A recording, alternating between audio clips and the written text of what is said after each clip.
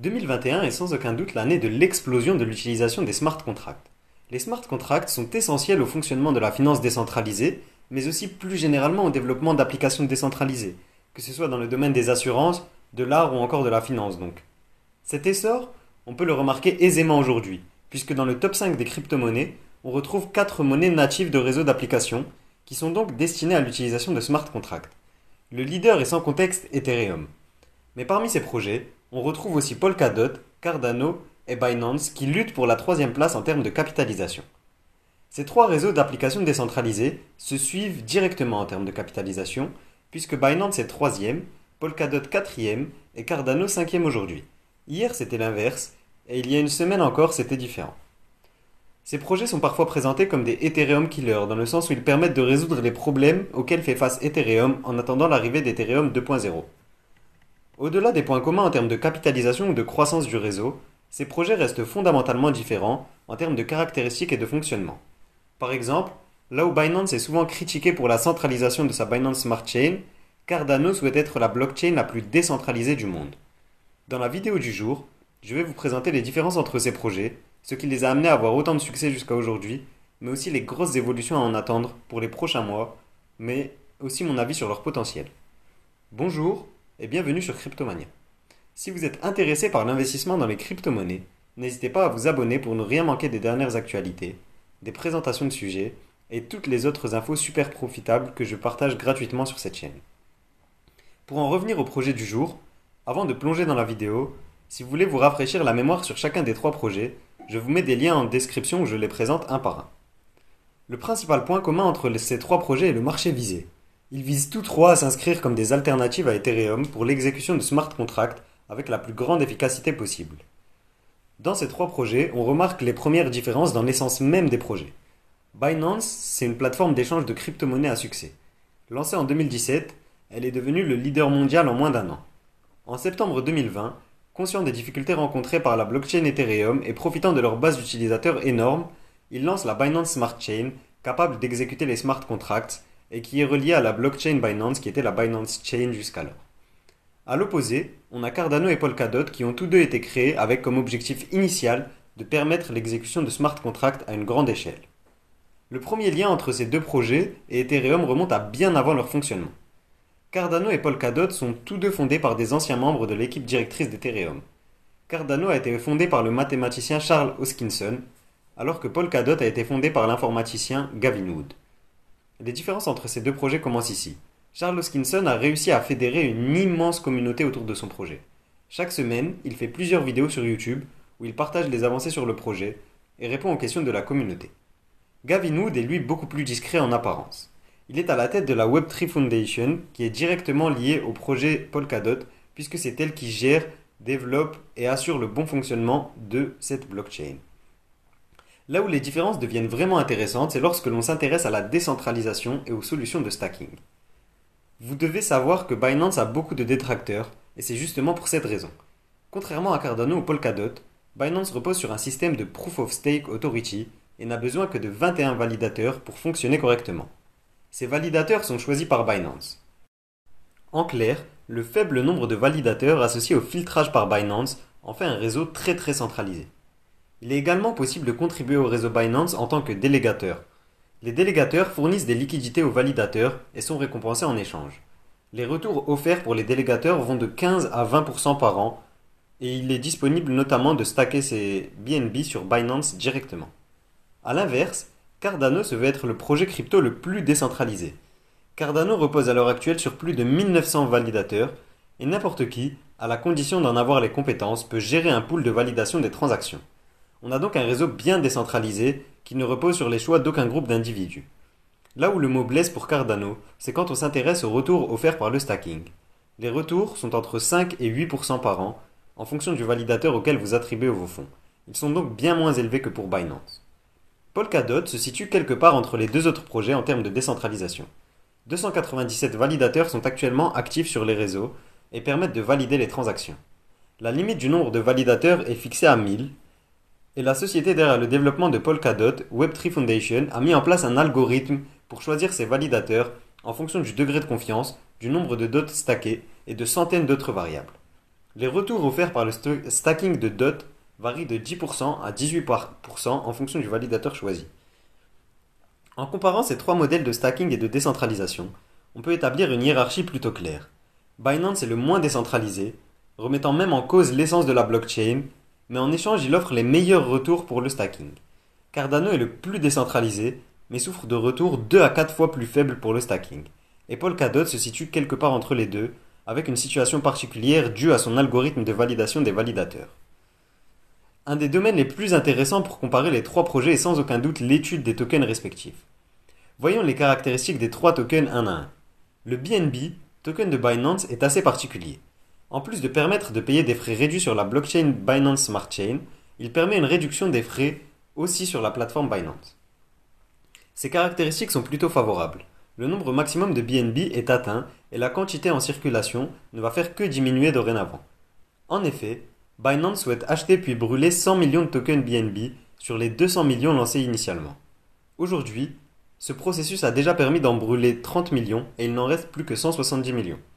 Ce mécanisme déflationniste augmente la rareté du BNB automatiquement. On a donc le token parfait puisqu'il regroupe trois éléments. Premièrement, une multitude de cas d'utilisation, comme la réduction des frais sur Binance ou sur la Binance Smart Chain. Deuxièmement, une incitation à conserver ses jetons avec les récompenses liées au stacking qui sont très élevées. Et troisièmement, on a un mécanisme déflationniste qui fait automatiquement augmenter la valeur du token. Le DOT, token de Polkadot, est très différent sur ce point. Le nombre total de DOT disponibles au lancement était de 1 milliard de tokens en août 2020. Mais ce maximum est un maximum mouvant. Chaque année, le nombre total de DOT disponibles augmente d'environ 8%. Cette inflation permet de récompenser ceux qui participent activement au réseau via le stacking notamment. Par conséquent, si vous possédez des DOT et que vous ne les stackez pas, vous perdez de l'argent puisque leur rareté diminue au fil du temps. Pour l'ADA, on a un cas qui se rapproche plus de Polkadot que de Binance. Malgré tout, une limite au nombre de tokens est fixée. Elle est fixée à 45 milliards. Parmi ces 45 milliards, un peu moins du tiers est conservé pour rémunérer les stackers au cas où les frais récoltés sur le réseau ne sont pas suffisants. Pendant les 2 prochaines décennies, on aura donc une augmentation progressive du nombre total de tokens disponibles. Ce nombre total est actuellement de 31 millions et il atteindra donc progressivement 31 milliards, et il atteindra donc progressivement les 45 milliards de tokens. Une fois le total de 45 milliards atteint, ce nombre restera stable. En clair, pour ces trois monnaies, on a une claire incitation à l'utilisation, via les récompenses offertes par le stacking. En attendant le développement de réseaux d'applications, les utilisations à l'heure actuelle sont plus limitées pour Cardano et Polkadot que pour Binance. Je voulais profiter de ce comparatif pour revenir sur un petit élément qui m'a subjugué. Lorsque l'on compare deux projets crypto, comparer le prix du token n'a aucun sens.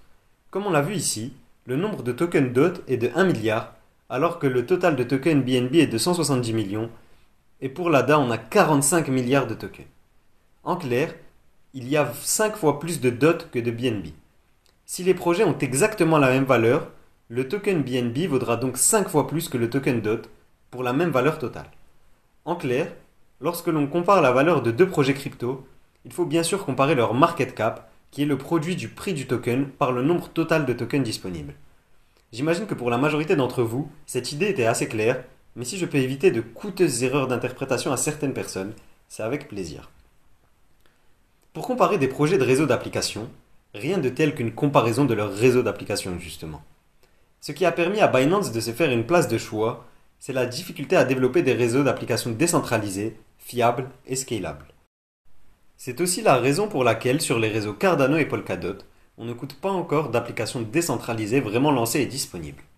Sur la Binance Smart Chain, on retrouve déjà plus d'une centaine d'applications décentralisées. Parmi celles-ci, la plus connue est sans aucun doute PancakeSwap, équivalent à Uniswap bâti sur la blockchain Binance. PancakeSwap a profité des frais réduits sur la blockchain Binance Smart Chain pour s'installer comme le plus sérieux concurrent à Uniswap. À part cette application, aucun autre projet n'a à l'heure actuelle vraiment explosé sur la Binance Smart Chain. Étant donné la jeunesse de cette blockchain, rien de bien étonnant. Bien qu'on ne connaisse pas les développeurs derrière PancakeSwap, il semble qu'ils soient des membres de Binance. Là encore, se pose la question de la centralisation sur une blockchain où il semble que toutes les initiatives soient prises par les propriétaires. Les blockchains Cardano et Polkadot n'accueillent pas encore d'applications décentralisées, mais ce n'est pas pour autant qu'ils ont été inactifs à ce sujet, bien au contraire. Ainsi, Pour Cardano, une des grandes avancées est le développement d'un ERC20 converteur. Grâce à ce programme, toutes les applications développées sur la blockchain Ethereum, soit plus de 2000 applications décentralisées, pourront migrer vers la blockchain Cardano en un copier-coller. Quel serait l'intérêt pour ces applications? Eh bien, optimiser l'utilisation de l'application justement. En cas de frais trop élevés sur la blockchain Ethereum, la communauté derrière un projet peut décider de transférer une partie de ses activités sur la blockchain Cardano. Le programme ERC20 Converter permet de brûler une partie des tokens et de les reconstituer identiquement sur la blockchain Cardano. Par exemple, une fois ce programme disponible, Uniswap pourrait migrer 50% de ses activités vers Cardano. Cela lui permettrait de fonctionner pour des frais réduits en évitant le gaz d'Ethereum donc. Ce serait bénéfique pour Uniswap, mais aussi pour Cardano, puisque son réseau et son utilisation s'étendraient. Dans ce domaine, les choix faits par Polkadot sont radicalement différents. Pour pouvoir tester et optimiser le développement d'applications décentralisées, les fondateurs de Polkadot, à travers la société Web3 Foundation, ont créé une copie de la blockchain Polkadot. Il s'agit de Kusama. Sur cette blockchain sont testées les applications qui candidatent à une intégration sur Polkadot. En effet, sur Polkadot, chaque application décentralisée possédera sa propre blockchain qu'on appelle parachain. Le nombre de parachains étant limité à 100, seules 100 applications décentralisées pourront être développées sur Polkadot. Le choix des applications est donc crucial. C'est pourquoi Kusama permet de tester l'application, mais aussi l'attrait de la communauté pour cette application. Si les voyants sont au vert, elle verra alors le jour sur le réseau principal Polkadot, avec déjà des garanties quant à son succès. Alors que Polkadot et Cardano sont des projets en développement depuis maintenant plus de 4 et 6 ans, la Binance Smart Chain qui étend les activités de Binance au smart contract n'a qu'un an. Comment ont-ils pu se développer aussi rapidement? Le côté centralisé de la blockchain est sans aucun doute une des réponses, mais sûrement pas la seule. Parmi les avantages de Binance par rapport aux autres projets, on a sa communauté. Binance compte plus de 10 millions d'utilisateurs actifs chaque mois. Offrir les solutions directement à cette base de clients intéressés par les crypto-monnaies est une opportunité sans égale. Cette communauté est par ailleurs de plus en plus engagée autour de Binance, et le fondateur de Binance, Changpeng Zhao, a plus de 1,3 million de followers. D'ailleurs, dans sa bio sur Twitter, on peut voir qu'il fait référence à la Binance Smart Chain et à ses solutions, signe de l'importance de ce projet pour Binance. En termes de communauté, Cardano n'est pas à plaindre non plus, et l'hyperactivité du fondateur Charles Hoskinson n'y est pas étrangère. Via ses vidéos YouTube et son activité sur Twitter notamment, il a réussi à fédérer une vraie communauté, sans doute une des plus engagées de l'univers crypto. En février, on a passé la barre des 100 000 utilisateurs de Yoroi, le portefeuille pour stacker ses ADA. À titre de comparaison, Charles Hoskinson est suivi par plus de 300 000 personnes sur Twitter. Ce chiffre peut sembler faible en comparaison avec le PDG de Binance, mais ce qu'il faut bien comprendre, c'est que là où les followers de Charles Hoskinson sont très souvent des fervents défenseurs de Cardano, les followers du PDG de Binance sont simplement des personnes qui souhaitent se tenir informées des évolutions sur la plateforme de trading qu'ils utilisent. Enfin, le DOT a été lancé en 2020 seulement, soit 3 ans après le lancement de l'ADA et du BNB. Ce retard est encore visible aujourd'hui en termes de taille de la communauté Polkadot. Le dirigeant de Polkadot est beaucoup moins actif que ses compères et semble laisser son travail technique parler pour lui. Cette méthode est un succès sur certains aspects mais pas tous. Polkadot est le réseau avec le plus de projets d'applications décentralisées en cours de développement, loin devant Cardano. Mais si on regarde les chiffres sur la taille de la communauté Polkadot, la comparaison est moins flatteuse. Le fondateur Gavin Wood n'a que 120 000 followers, soit presque 3 fois moins que son homologue fondateur de Cardano. Pour conclure, on peut dire que ces 3 projets sont très prometteurs et seront sans doute au cœur des discussions crypto pour les prochains mois voire les prochaines années. En fonction de votre attrait à la centralisation et de ce que vous valorisez le plus dans un projet, votre choix sera sûrement différent. À titre personnel, je n'aime pas trop l'idée de voir la Binance Smart Chain au cœur des smart contracts. L'idée avec les blockchains était de devenir indépendant des institutions. En réalité, la Binance Smart Chain c'est juste une modification de l'intermédiaire où maintenant on dépend de Binance. N'hésitez pas à me dire en commentaire ce que vous en pensez et quelle est votre crypto-monnaie favorite. J'ai fait volontairement le choix de ne pas entrer dans les détails techniques du fonctionnement des blockchains qui sont peu accessibles. Si ce sujet est demandé en commentaire, je pourrais essayer de vulgariser les différences de fonctionnement entre ces blockchains. Si la vidéo vous a plu, vous pouvez la liker et vous abonner à la chaîne, ça me sera d'une grande aide. Je vous mets les liens en description pour rejoindre la communauté Cryptomania sur Discord et sur Instagram également. C'est tout pour moi, je vous dis à la prochaine pour une nouvelle vidéo.